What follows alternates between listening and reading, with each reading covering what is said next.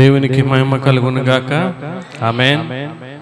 పరిశుద్ధ గ్రంథం నుండి వాక్య భాగాన్ని ధ్యానం చేసుకుందాం. కీర్తనల గ్రంథం 81వ కీర్తన. కీర్తన గ్రంథం 81వ కీర్తన 11వ వచనాన్ని చదువుకుందాం. అయినను నా ప్రజలు నా మాట ఆలకింపకపోయిరి, ఇశ్రాయేలు నా మాట వినకపోయిరి. ప్రార్థన చేసుకుందాం. మహాగౌడ, మహోన్నతుడా, సర్వకృపానిధివైన దేవా, నీకే వేలాది స్తుతులు స్తోత్రాలు చెల్లిస్తున్నాం ప్రభువా.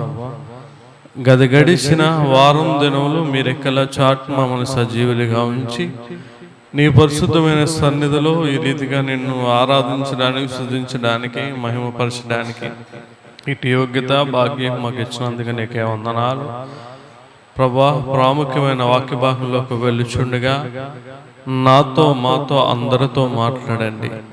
మా అందరికీ వినగలిగే చెవులు, గ్రహింపగలిగే హృదయాలు మాకు దయచేయండి. మేము ఆత్మీయంగా బలపడి విశ్వాసంలో ఎదగడానికి మీరు కృపను అడిగించి మీరు సహాయం చేయమని, ఇంకా రావాల్సిన బిడ్డలు ఎవరన్నా ఉంటే సకాలంలో నీ సన్నిధి నడిపించి ఈ ఆరాధన బట్టి నీకే మహిమ ఘనత చెల్లులాగిన మెండైన దీవెనల ఆశీర్వాదాలు మాకు దయచేయమని, నీ ప్రార్థన నీ పాదాలు సన్నిధి చేర్చమని ప్రభు అయిన యేసుక్రీస్తు పరిశుద్ధమైన నామమును బట్టి మీకు వినయంతో అడిగి వేడుకొంచున్నాం తండ్రి. ఆమేన్. అందరికీ వందనాలు. దేవుని మహాకృపను బట్టి దేవాది దేవుడు మరి ఒక పునరుద్ధాన దినాన్ని దేవునితో మనం గడపడానికి దేవుడు ఎంతో మన కృపను అనుగ్రహించాడు. దేవునితో ఉండడం గొప్ప భాగ్యం.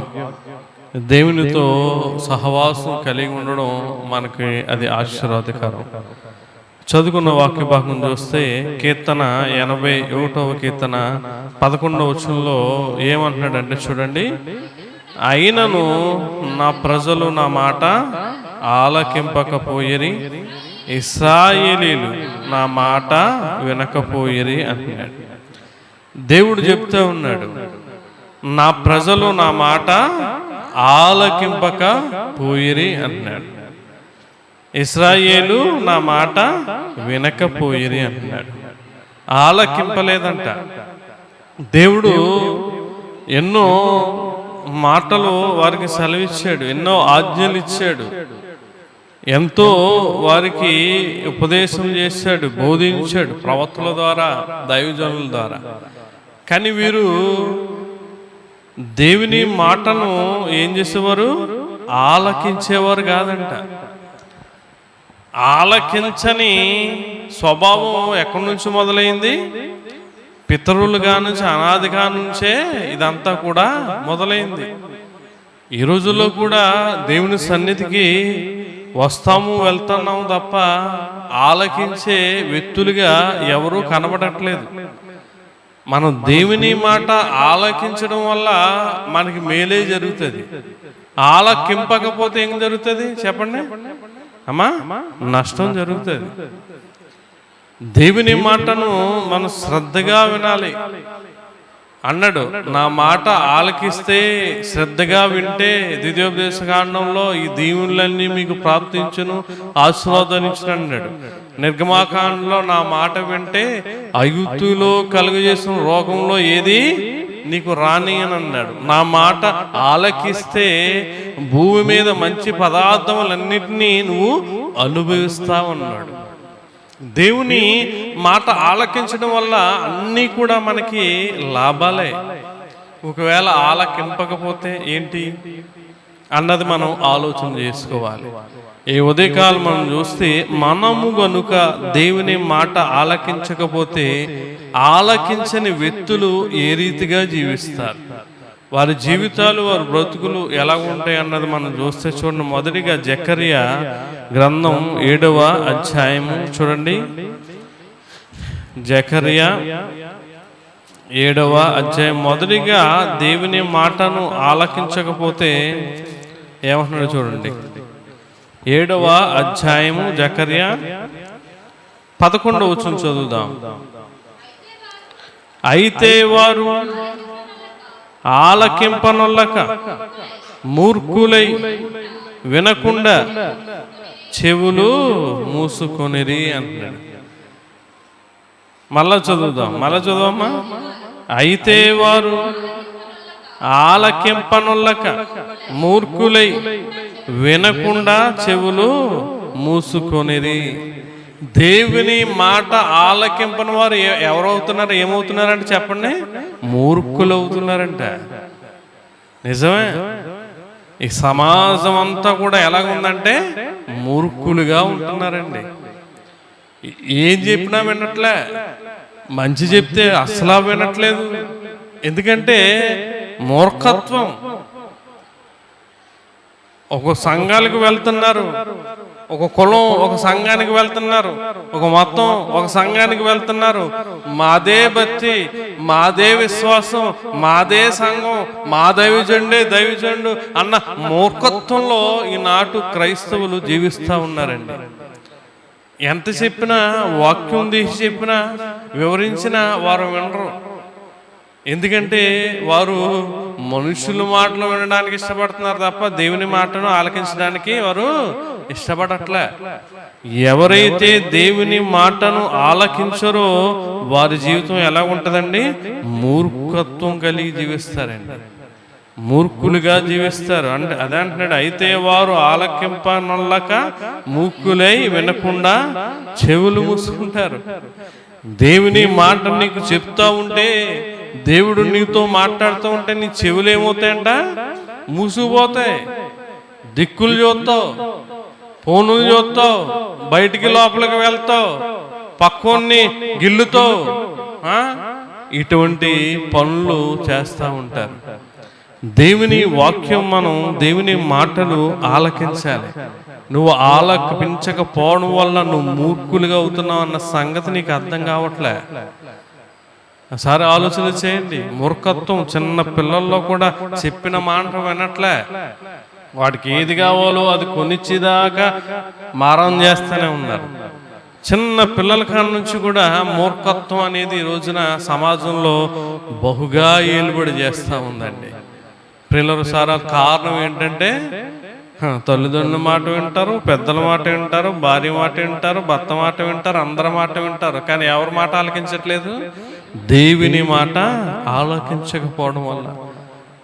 మూర్ఖుల గురించి సామెతల గ్రంథంలో జ్ఞాని అయిన సొలొమోను గారు చెప్తున్నాడు. ఎందుకంటే ఈయన కూడా స్త్రీల బాట పట్టి ఆయన కూడా మూర్ఖుడై తన జీవితాన్ని పాడు చేసుకున్నాడు. ఆయన అనుభవం నుంచి కొన్ని విషయాలు ఇక్కడ సామెతల గ్రంథంలో తెలియజేశాడు. చూడండి, సామెతల గ్రంథం 20వ అధ్యాయము 3వ వచనం మనం చదివితే చూడండి, కలహమునకు దూరముగా నుండుట నరులకు ఘనత, మూర్ఖుడైన ప్రతివాడును కోరునే కోరును. ఈ మూర్ఖులు ఏం చేస్తారమ్మా, గొడవ పెట్టుకుంటారు. చిన్న చిన్న దానికి కూడా గొడవ పడతారు. ఒకవేళ భర్తలో మూర్ఖత్వం ఉంటే చిన్న చిన్న దానికి కూడా కేకలు వేసేస్తాడు, గొడవ పెట్టుకుంటారు, ప్రయత్నం చేస్తారు. అదే భార్యలో కూడా మూర్ఖత్వం ఉంటే ప్రతిదానికి కూడా కోపపడుతుంది, విసుక్కుంటుంది, తిడుతూ ఉంటుంది. ఎవరులైతే మూర్ఖత్వం అనేది ఉంటుందో వారు ఏం కోరుకుంటారు చెప్పండి, ఏం కోరుకుంటారు? పౌరునే అంటే అర్థం ఏంటి? గొడవలు కోరుకోవడం, గొడవలు పెట్టడం వారికి ఇష్టం. ఎందుకంటే వాళ్ళు ఎవరో మూర్ఖులు. ఈనాడు చూడండి, సంఘంలో గొడవలు జరుగుతూ ఉన్నాయి. పెద్ద పెద్ద సంఘాల్లో కొట్టేసుకుంటున్నారు. మీరు చూస్తున్నారా? అవి చూడరు. సీరియల్ కావాలి మనకి, అవి కావాలి. సమాజంలో ఏం జరుగుతుంది, ఏమైపోతుంది, ఇదేం మనకు అవసరంలే. యుద్ధం జరుగుతూ ఉన్నాయి. ఇరాను ఎక్కడ పడితే అక్కడ బాంబులు వేసేస్తూ ఉంది. ఈ ఇరాన్కి సపోర్టు రష్యా, పాకిస్తాను, చైనా, ఉత్తర కొరియా వీళ్ళ కనుక ఏకమైతే 3వ ప్రపంచ యుద్ధం రాబోతా ఉంది. ఏమి లేదు, మనం వెళ్ళామా, సంపాదించుకున్నామా, తిన్నామా, పడుకున్నామా, లేచామా, మళ్ళీ తిన్నామా, పడుకున్నామా, తెల్లారిందా, ఇటువంటి బతుకులు కలిగి ఉంటా ఉన్నాం. మన చుట్టూ ఏం జరుగుతుంది, ఏంటి, ఎప్పుడు ప్రమాదం వస్తుంది ఏంటో అన్న ఆలోచన ఈనాడు ఏ ఒక్కరికి ఉండట్లేదు. పోరండి, మూర్ఖుడు ఆ ఇరానోడు వినట్లే. ఆ ట్రంప్ ఎన్నిసార్లు ఆ యుద్ధం లేకుండా సమాధానపరచాలని చెప్పి మీటింగ్స్ పెడుతున్నా అన్నిటిని కూడా కాదంటున్నాడు. మూర్ఖులు ఏం కోరుకుంటారు? పోరునే కోరుకుంటారు. అమెరికాని ఏమి చేయలేక, అమెరికా మీద ఏమి చేయలేక, అమెరికా సంబంధించిన ఏ దేశంలో ఉన్నాయో వాటి మీద ఇటు బాంబులు వేసేస్తా ఉన్నాడు. మూర్ఖులు పోరునే కోరుకుంటారు. అది కుటుంబంలో ఉన్నా, సంఘంలో ఉన్నా, సమాజంలో ఉన్నా, ఎక్కడున్నా సరే. ఎందుకంటే మూర్ఖునికి జ్ఞానం అందదంటాడు. చూడండి, సామెతల గ్రంథం 24వ అధ్యాయము 7వ వచనం మనం చదివితే, మూర్ఖునికి జ్ఞానము అందదు. మూర్ఖునికి ఏమందదంట? దేవుని జ్ఞానం అందదు. అది ఎంత చెప్పు, ఎంత వివరించు, నువ్వు ఎంత ప్రార్థన చేయి, అలా మారరు. అదే జీవితాలు, అదే బ్రతుకులు కలిగి జీవించి చనిపోతూ ఉంటారు. అదే అధ్యాయం 9వ వచనం చూస్తే చూడండి, మూర్ఖుని యోచన పాపం. అంటే మూర్ఖుడు ఆలోచన కూడా ఏంటంట? పాపం. అటువంటి వారితో నువ్వు ఉండి వారి సలహా తీసుకున్నావు, వారి ఆలోచన తీసుకుంటే నువ్వు కూడా ఏం చేసినట్టు? పాపం చేసినట్టే. మూర్ఖులండి, మూర్ఖులు ఈ రోజున చూస్తూ ఉంటే చిన్న చిన్న దానికి పోనీలే అన్నది లేదు. సమాజంలో కూడా చూస్తే ఏదో సేవకుడు పొరపాటున ఏదో సేవకుడిని ఏదన్నా అంటే దానికి డెబిట్లు పెట్టేస్తున్నారు. ఈ సేవకులే పోన్లే, ఏదో అన్నారులే, పోనీలే అని వదలట్లే. ఎందుకు అనాలి, ఎందుకు అనాలి అని చెప్పి డెబిట్లు, లైవ్లు, రీల్స్, యూట్యూబ్లో ఇవన్నీ కూడా. పిల్లలు ఒకసారి ఆలోచన చేయండి. క్రైస్తవులు అనే వాళ్ళు పోరును కోరుకోకూడదండి. సమాధానము, సాత్వికము కలిగి, మన దేవుడు సాత్వికుడు, దీన మనస్సు కలిగిన వాడు. నీలో దీనత్వం ఉండాలి, సాత్వికం ఉండాలి. అంతే తప్ప మూర్ఖత్వం అనేది నీలో ఉండకూడదు. పేతురుపత్రికలో మనం చూస్తే, మొదటి పేతురుపత్రిక 2వ అధ్యాయము పేతురు గారు ఏమంటున్నాడు చూడండి. మొదటి పేతురుపత్రిక 2వ అధ్యాయము 15వ వచనం మనం చదువుదాం. ఏలయనగా మీరిట్లు యుక్త ప్రవర్తన గలవారై అజ్ఞానముగా మాట్లాడు మూర్ఖుల నోరు మూయుట దేవుని చిత్తము. అజ్ఞానంగా మాట్లాడతారు. ఏదైనా వాక్యం వారికి నొచ్చుకుంటే, వాక్యం వాళ్ళకి ఏదైనా నొప్పి కలిగిస్తే ఇలా చెప్తున్నారేంటి, ఇదేం వాక్యం అనని మూర్ఖత్వంగా మాట్లాడతారు. నువ్వు అటువంటి నోరులు ఏం చేయాలి? మూసేవారిగా ఉండాలి. అంటే నీలో నువ్వు ఆత్మీయత విశ్వాసం కలిగిన వారే అలా చేయగలరు. ఆత్మీయత విశ్వాసం లేని వారు అలాగన్నారా అయ్యగారు, అలా చెప్పారా, అయ్యో తప్పు కదా అని చెప్పి వాళ్ళకు ఒత్తాసు పలుకుతారు. ఇక్కడ ఏమంటున్నాడు? క్లియర్గా చెప్పాడు ఆయన. ఏలయనగా మీరిట్లు యుక్త ప్రవర్తన గలవారి అజ్ఞానముగా మాట్లాడు మూర్ఖుల నోరు మూయుట. ఎవరు మూయాలి? ఎవరు మూయాలమ్మా? మీరే. వాక్యానికి వ్యతిరేకముగా, దేవుని మాటకు వ్యతిరేకంగా ఎవరైనా మూర్ఖముగా మాట్లాడితే నువ్వు వారిని మూసేవారిగా ఉండాలి. అలా చేయడం దేవుని చిత్తం అంటున్నాడు. అందుకే అపోస్తుల కార్యాల్లో అపోస్తులు ఏమన్నారో తెలుసా? చూడండి, అపోస్తుల కార్యాలు 2వ అధ్యాయము 40వ వచనంలో చూస్తే, ఈ మూర్ఖులైన తరము వారికి వేరే ఏమంటాడు చూడమ్మా. చూడండి, 2వ అధ్యాయం 40వ వచనం చదువుతా ఉంది. ఇంకను అనేక విధములైన మాటలతో సాక్ష్యమిచ్చి మీరు మూర్ఖులకు ఈ తరము వారికి వేరే రక్షణ పొందుడని వారితో హెచ్చరించెను. దేవునికి మహిమ కలుగును గాక. ఎవరికి వేరవ్వాలండి? మూర్ఖులైన వారికి వేరవ్వాలి. మూర్ఖులైన తరము వారికి నువ్వు వేరవ్వాలి. వాళ్ళ మాటే నెగ్గాలనుకుంటారు. ఏదన్నా శుభకార్యం వచ్చింది, ఏదైనా చెయ్యాలనుకున్నాం, లేదు ఇలాగే చెయ్యాలి, ఇదే పద్ధతి మన ఎప్పటి నుంచో వస్తుంది, ఇదా అన్నారు, ఇది మానకూడదు, ఇలాగే ఉండాలి, ఇలాగే చెయ్యాలి, అదే ఇది ఇదే అని చెప్పి కొంతమంది పట్టేస్తూ ఉంటారు. మూర్ఖులు. అయి రాయాలి, ఈ రాయాలి, అయి కట్టాలి, ఈ కట్టాలి, అక్కడ అది నిలబెట్టాలి, ఇచ్చేయాలి, అది చేయాలి అని చెప్పి నిన్ను తినేస్తారు. నువ్వు చేసేదాకా నీ బుర్ర పాడు చేసేస్తారు. నువ్వేం చేయాలి? అటువంటి వారికి ఏం చేయాలమ్మా? వేరవుతేనే నీకు రక్షణ అనేది వస్తుంది. ఇక్కడ అన్నాడు, అని క్లియర్గా చెప్పాడు ఆయన. మీరు మూర్ఖులకు ఈ తరము వారికి ఈ అని రాసినండి. ఎంత జ్ఞానము కలిగిన వాడండి. అంటే ఎప్పుడు చదివితే ఆ తరం, ఈ వాక్యం ఏ సంవత్సరం ఎప్పుడు జరిగితే అప్పుడు కూడా వాళ్ళు ఎలా ఉన్నారంట? తరం మూర్ఖత్వం కలిగి ఉన్నారంట. అందుకే అంటున్నాడు, ఈ తరము వారికి వేరే అంటున్నాడు. ఆ తరం నుంచి అప్పటి నుంచి కూడా ఇప్పుడు వరకు ఇక ముందు కూడా ఎలా ఉంటారంట? మూర్ఖులుగానే ఉంటారంట ఈ తరం. అందువల్ల మనం వేరవ్వాలి. వేరైతేనే నీకు రక్షణ. దైవజనులు ఇక్కడ దేవుని సన్నిధికి వెళ్ళినా అదే భక్తి, అదే విశ్వాసం అనుకుని జీవించేవారు. ఎప్పుడైతే ఇక్కడి నుంచి వేరై అక్కడికి వెళ్ళి దేవుని వాక్యాన్ని విన్నారో అప్పుడు ఆయనకి రక్షణ అనేది వచ్చింది. నీవు కూడా నీ బంధువులు, నీ స్నేహితులు, ఇరుగు పొరుగు వారు అందరూ కూడా ఏదో చెప్పి అది ఇది ఒకటే, ఇదే అది ఒకటే అన్నట్టుగా నిన్ను చెడగొట్టడానికి చూస్తూ ఉంటారు. నువ్వు ఆత్మీయమైన జ్ఞానము కలిగి ఉంటే వారికి వేరవుతావు, లేదనుకో వారితో పాటు నువ్వు కూడా కలిసిపోతావు. వేరైతేనే రక్షణ అనేది ఉంటుంది.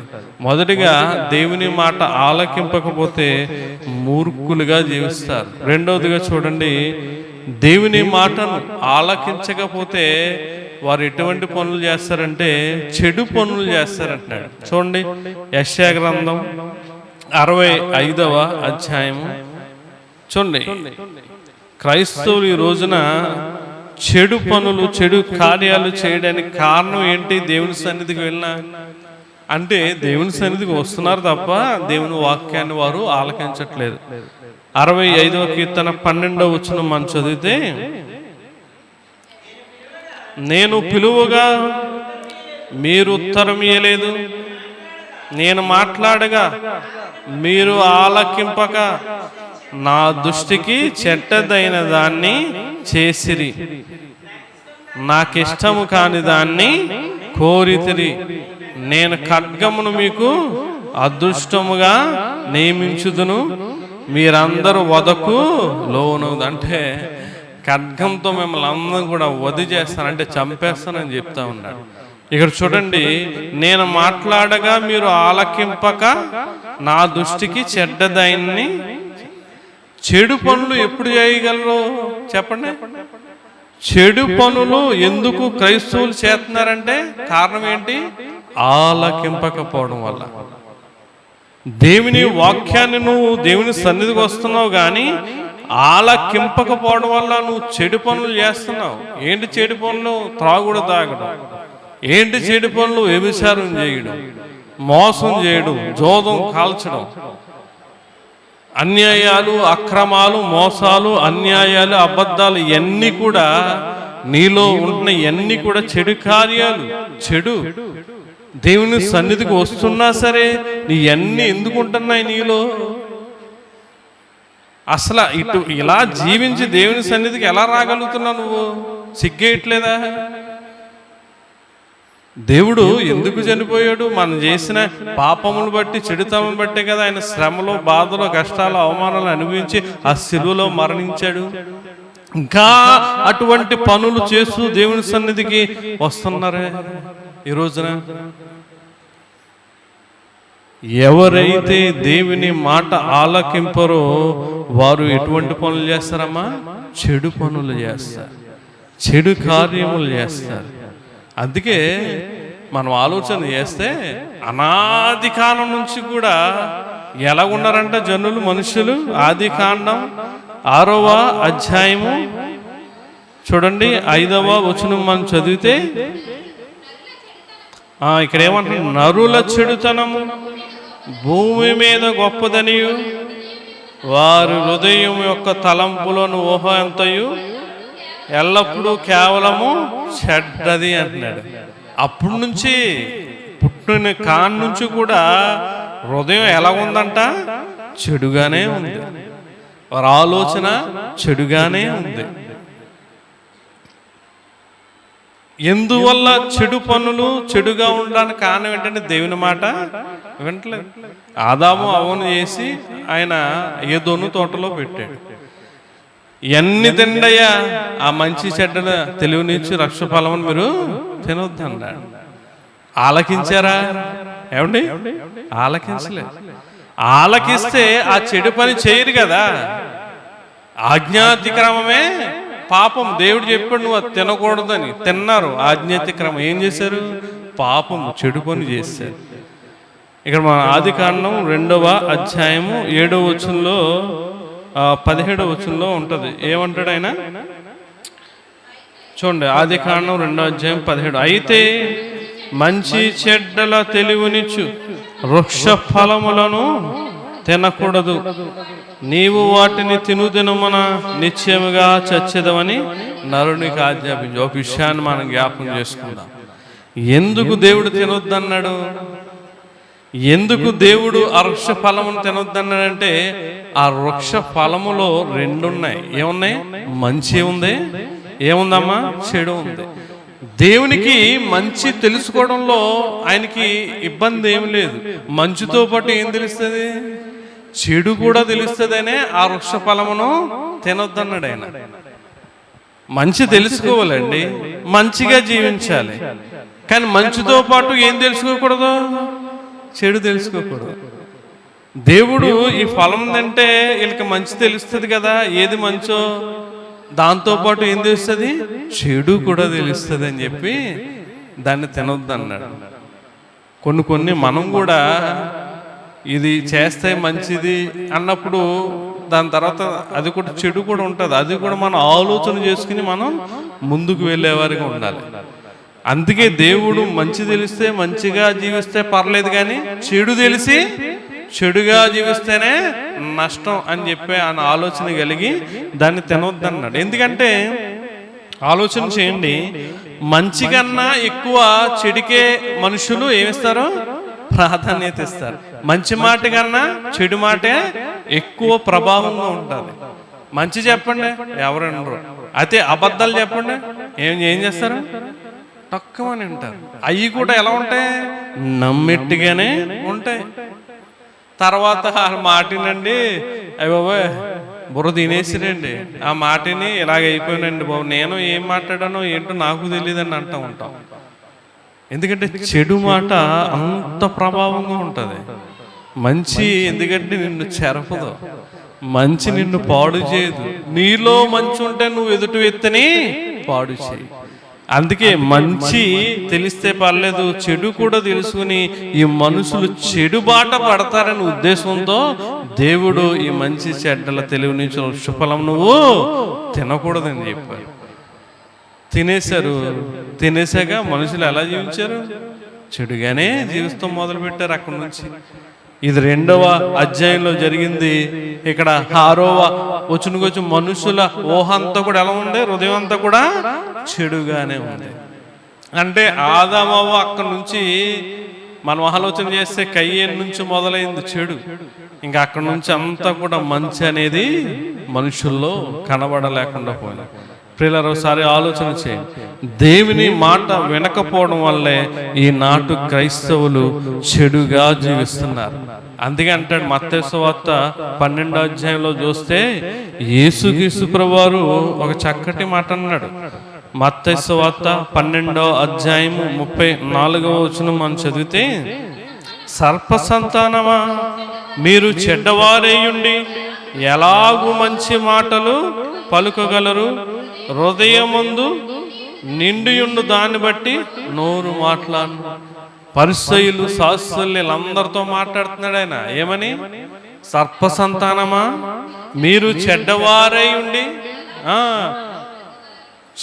చెడ్డవారంట పరిసయ్యులు శాస్త్రులు అందరూ కూడా. ఎందుకు చెడ్డవారయ్యారు? దేవుని మాట ఆలకింపకపోవడం వల్ల.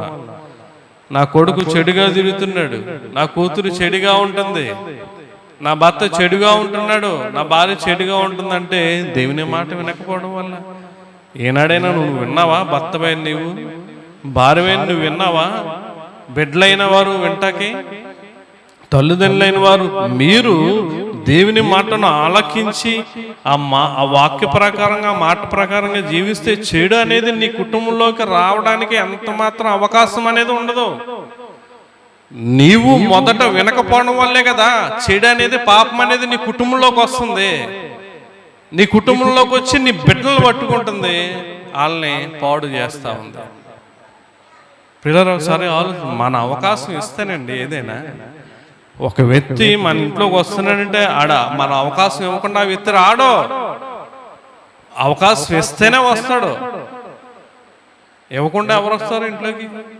అలాగే మనం కూడా దేవునికి అవకాశం ఇస్తున్నామా, ఈ చెడుకి పాపానికి మన ఇంట్లో అవకాశం ఇస్తున్నామా అన్నది మనం ఆలోచన చేసుకోవాలి.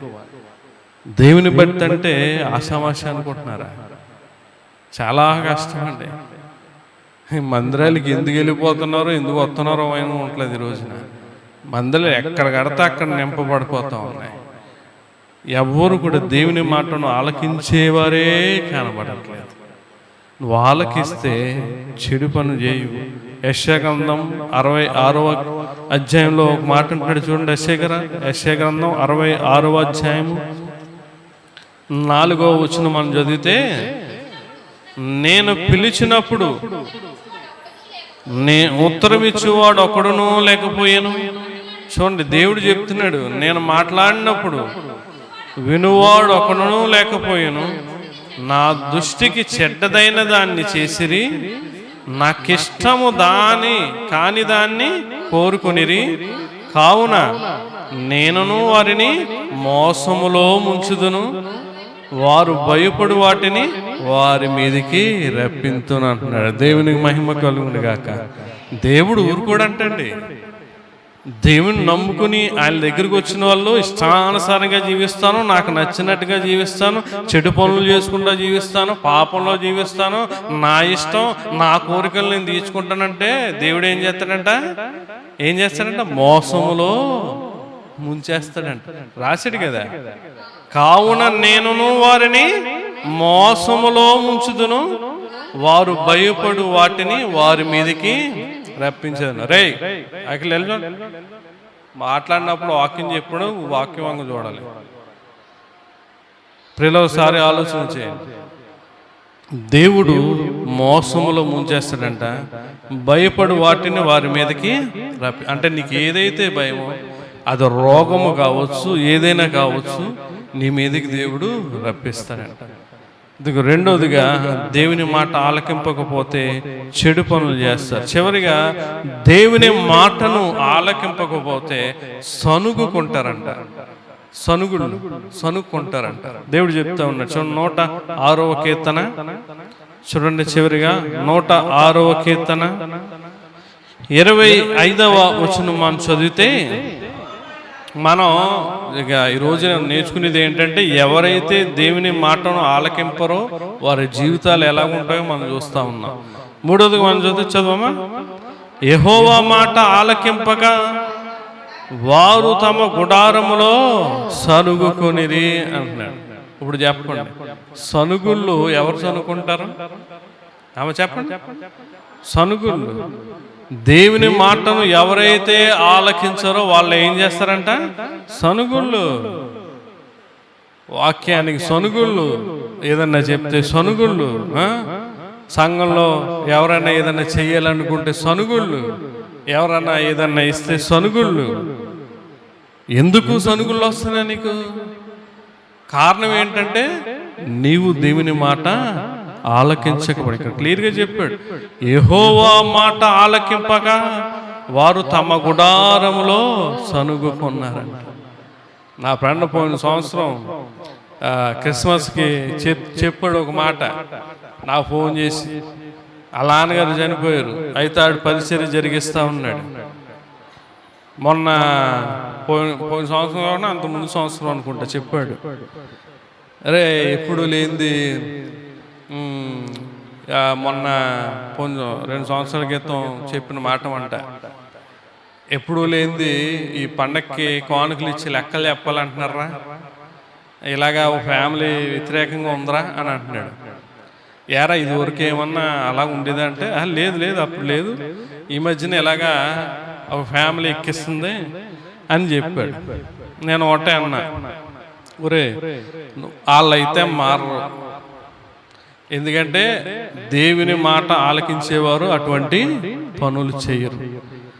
అలాంటి వాళ్ళు పొమ్మని చెప్పాను. నన్ను ఏమన్నానండి, పొమ్మను. వాళ్ళ వాళ్ళు ఇంకో 10 కుటుంబాలు పాడవుతాయి తప్ప బాగుపడరు, వాళ్ళు ఇంకొకరు నడిపించరు. ఏదన్నా విషయం దొరికితే మొఖం మీద చెప్పే పొమ్మని చెప్పని చెప్పా. తప్పులేదండి. సేవకులు రేయింబాగుల్లో మీకోసం కన్నీరు కాచి ప్రార్థన చేస్తూ ఉన్నాం. నేను ప్రోగ్రాంకి వెళ్తే మీటింగ్కి వెళ్ళి వచ్చి 12:30, 1 గంట అవుతుంది. వచ్చాక కూడా మోకరించి ప్రార్థన, సంఘం గురించి కుటుంబం గురించి ప్రార్థన చేసుకున్నాకే నేను పడుకుంటా. ఉదయం కానీ రాత్రి కానీ మీ కొరకు కన్నీరు కాచి ప్రార్థన చేస్తూ ఉంటే మీరు ఎటువంటి పనులు మీకు ఇష్టానుసారంగా జీవిస్తే ఊరుకునేది లేదు. దేవుడి కొరకు ఊరుకోరు అన్నాను. ఆడికి బాగా మొహమాటం, అలాగే అలా చెప్తారా, ప్రార్థన చేద్దాంలే. సరేనా ప్రార్థన చేయైతే నేను కూడా ప్రార్థనలో పెడతాను అన్న. మరి ఏమైంది అది తర్వాత మళ్ళా నాకేమీ విషయం చెప్పలే. సనుగుళ్ళు దేవునికి ఇచ్చేది లెక్క చెప్పడం ఏంటి? సనుగులు ఏంటండి? దేవునికి ఇచ్చో దేవుడు నీకు ప్రతిఫలం ఇస్తాడు. నువ్వు దేవునికి పరిచర్య చేసో దేవుడు నీకు ప్రతిఫలం ఇస్తాడు. సువార్త ప్రకటించో దేవుడు నీకు ప్రతిఫలం ఇస్తాడు. ఒక ఆత్మను నడిపించో దేవుడు నీకు ప్రతిఫలం ఇస్తాడు. అంతే. నువ్వు చేయవలసిన సంఘంలో ఏమున్నాయో అది నువ్వు తెలుసుకో. పరిచర్య చేయాలా, సువార్త ప్రకటించాలా, పాటలు పాడాలా, ప్రార్థన చేయాలా, ఏమన్నా ఆత్మలు నడిపించాలా, బలపరచాలా, ఇవి చూసుకో. ఏం చూసుకోకుండా లేనిపోని సనుగుళ్ళు పెడితే దేవుడు సహించడు. సనుగుళ్ళు సనిగి చనిపోయారంటాడు ఆయన, తెలుసా? సనుగుళ్ళు సనగకూడదు, సనుగుళ్ళు అందుకంటాడు. యెషయా గ్రంథం 6వ అధ్యాయం 44వ వచనం మనం చదివితే, యెషయా గ్రంథం 6వ అధ్యాయము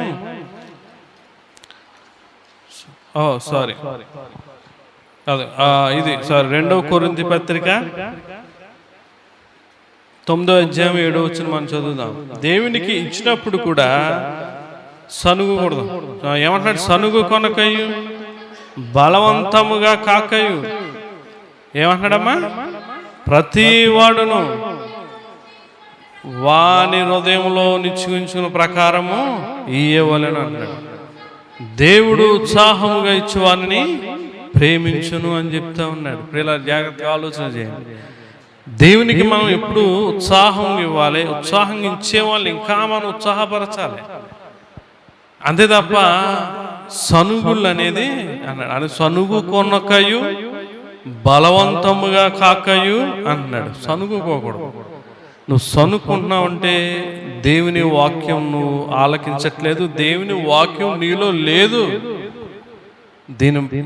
దీని ప్రకారం మనం చూస్తే యెహోవా మాట ఆలకింపక వారు గుడారములో ఏం చేశారు? సనుగుకున్నారు. గుడారంలో కావచ్చు, దేవుని సన్నిధిలో కావచ్చు, నీ ఇంటిలో కావచ్చు, సనుగుడు అనేది నీకు వస్తుందంటే నీవులో దేవుని వాక్యం లేదు, నువ్వు దేవుని మాట ప్రకారం జీవించట్లేనట్టే. యోధాపత్రికలో చూస్తే చివరిగా చూడండి, యోధాపత్రిక 1వ అధ్యాయము, యోధాపత్రిక 1వ అధ్యాయం 16వ వచనం చదువుదాం.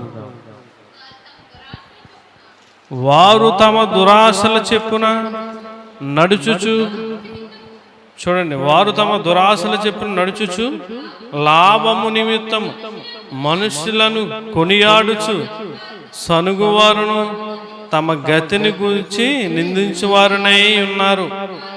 వారి నోరు డంబమైన మాటలు పలుకును అంటున్నాడు. చూడండి, తమ దురాశల చెప్పును నడుచుచు లాభము నిమిత్తము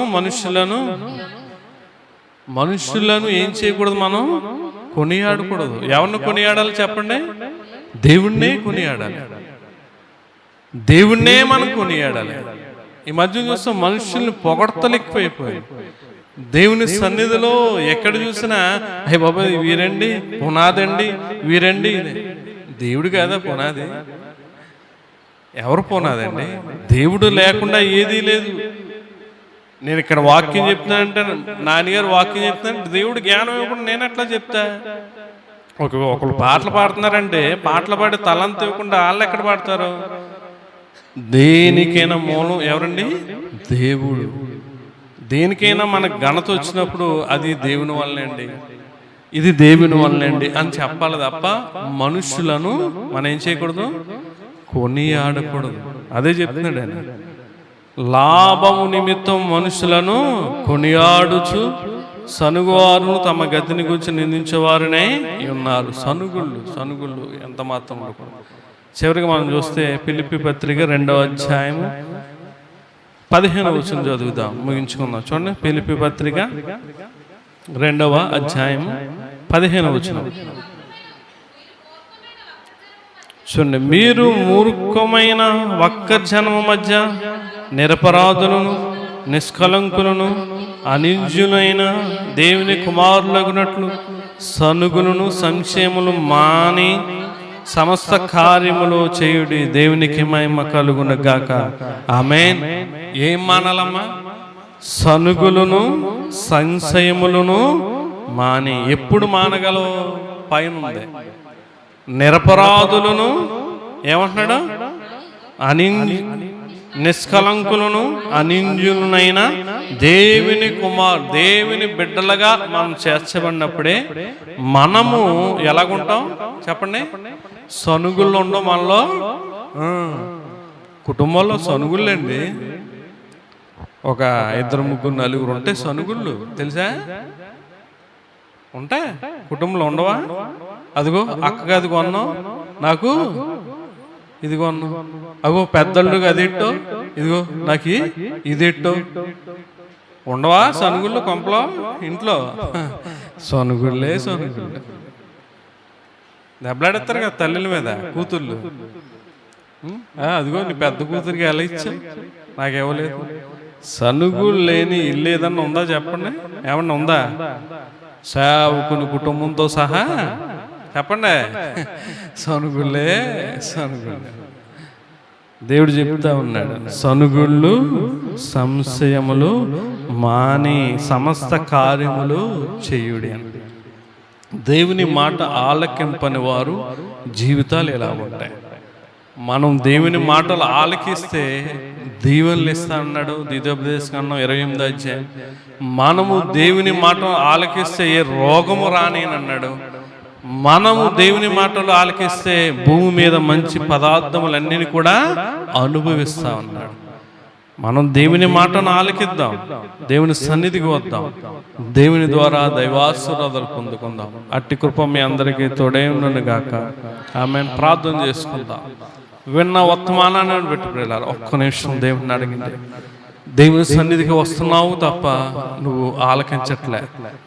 బయటికి వెళ్తున్నావు, లోపలికి వస్తున్నావు, ఫోన్ చూసుకుంటున్నావు, లేకపోతే దుక్కులు చూస్తూ ఉన్నావు, లేకపోతే ఏదో ఆలోచిస్తూ ఉన్నావు. ఇంటి దగ్గర ఏం మర్చిపోయాను, లేకపోతే వెళ్తా ఏం పట్టుకెళ్ళాలి. లేదండి, నువ్వు దేవుని సన్నిధికి వచ్చినప్పుడు నువ్వు దేవుని ఆధీనంలో ఉండాలి. దేవుని సన్నిధికి వచ్చినప్పుడు నువ్వు దేవుని మాటలు ఆలకిస్తేనే నీకు దీవెన ఆశీర్వాదం వస్తుంది. సేవకుడు వీళ్ళు దీవించి ప్రభువా అంటే దీవెన రాదమ్మా. నీలో వాక్యం లేకుండా, వాక్య ప్రకారంగా నువ్వు జీవించకుండా నీకు ఆశీర్వాదం ఎట్లా వస్తుంది? ఎవరైతే దేవుని మాట ఆలకించరో వారు మూర్ఖులు అవుతారు.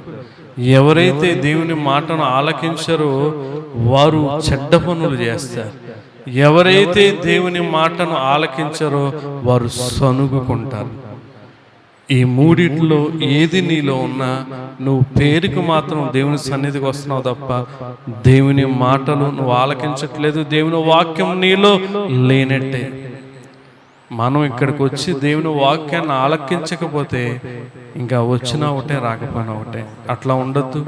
దేవుని సన్నిధికి వద్దాం, దేవుని మాటలు ఆలకించి దైవాశీర్వాదాలు పొందుకుందాం, ప్రార్థన చేసుకుందాం. మహాగుండ మహోన్నతుడా, ఈ ఉదయకాలమందు ప్రభువా నీ మాటలు ఆలకించకపోతే మా బ్రతుకులు మా జీవితాలు ఎట్లా ఉంటాయో మీ లేఖనాల ద్వారా మాతో మాట్లాడారు ప్రభువా. మేము ఆలకించేవారుగా మమ్మల్ని ఉంచండి, ఆలకింపని వారిగా మాకొద్దు. ఈ మూర్ఖమైన తరం వారికి వేరే రక్షణ పొందమని చెప్పారు. అవును తండ్రి, ప్రతిదీ కూడా నీకు ఏదైతే అడ్డుగా ఉందో దానికి మేము వేరే రక్షణ భాగ్యాన్ని పొంది నీ పరిచర్యలో సేవలో ముందుకు కొనసాగే యోగ్యత భాగ్యం మాకు దయచేయమని ఈ ప్రార్థన పాదాల సన్నిధి చేయచ్చు.